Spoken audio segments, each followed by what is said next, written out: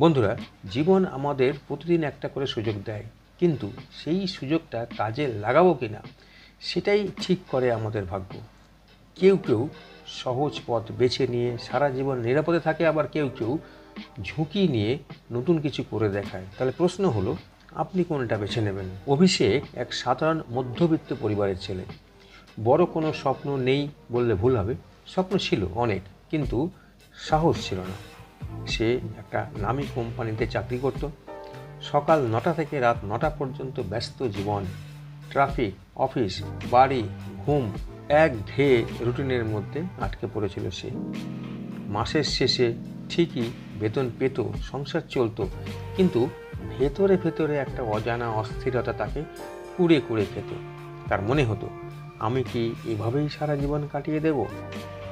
আমার নিজের কিছু করার সাহস কি কোনোদিনই হবে না?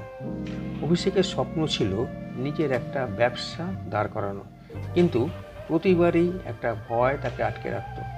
যদি ব্যর্থ হই, যদি সব টাকা শেষ হয়ে যায়, পরিবার কি বলবে? মানুষ হাসবে না তো? ঠিক এই ভয়গুলোই তাকে বছরের পর বছর তার কমফোর্ট জোনের ভেতরে আটকে রেখেছিল। একদিনের ঘটনা, অফিস থেকে ফেরার পথে অভিষেক হঠাৎ থেমে গেল। রাস্তার এক কোণে দাঁড়িয়ে আছে এক বৃদ্ধ। তার ছোট্ট একটা ঠেলাগাড়ি, আর তাতে ভুট্টা পোড়াচ্ছেন। চারপাশে ভিড় জমে গেছে, মানুষ খাচ্ছে, হাসছে, গল্প করছে। অভিষেকের চোখ পড়ল বৃদ্ধের মুখের দিকে।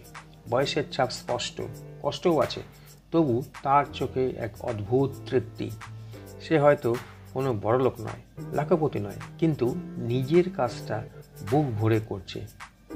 সেই দৃশ্যটা অভিষেককে ভিতর থেকে একটা ঝাঁকুনি দিল। সে ভাবল, আমি তো ভয়ে ভয়ে নিজের জীবনটাই নষ্ট করছি।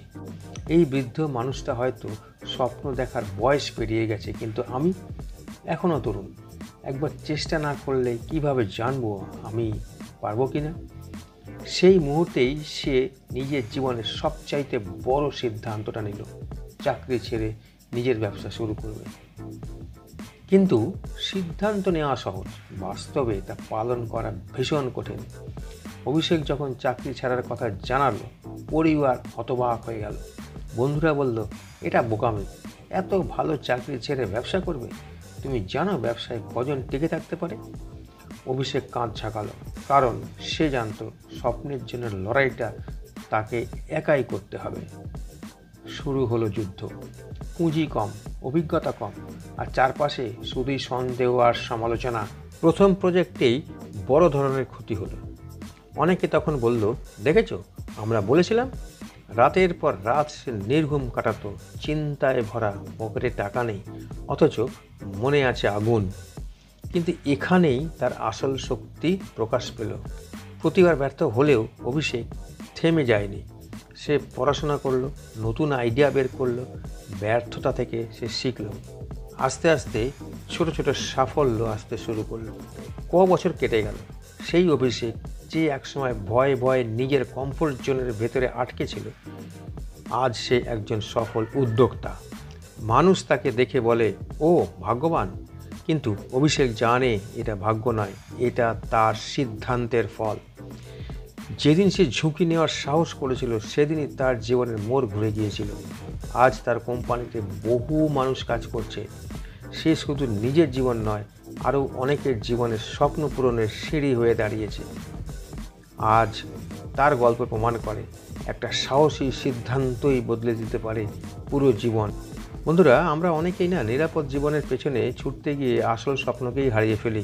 কিন্তু মনে রাখবেন, কমফোর্ট জোনে থেকে কখনোই মহৎ কিছু সৃষ্টি করা যায় না। ভয় থাকবে, সন্দেহ থাকবে, ঝুঁকি থাকবে, কিন্তু সেই সাহসী সিদ্ধান্তই একদিন আপনাকে আপনার কাঙ্ক্ষিত জায়গায় পৌঁছে দেবে। তাহলে বলুন তো, আপনি কি প্রস্তুত আপনার কমফোর্ট জোন ভাঙতে?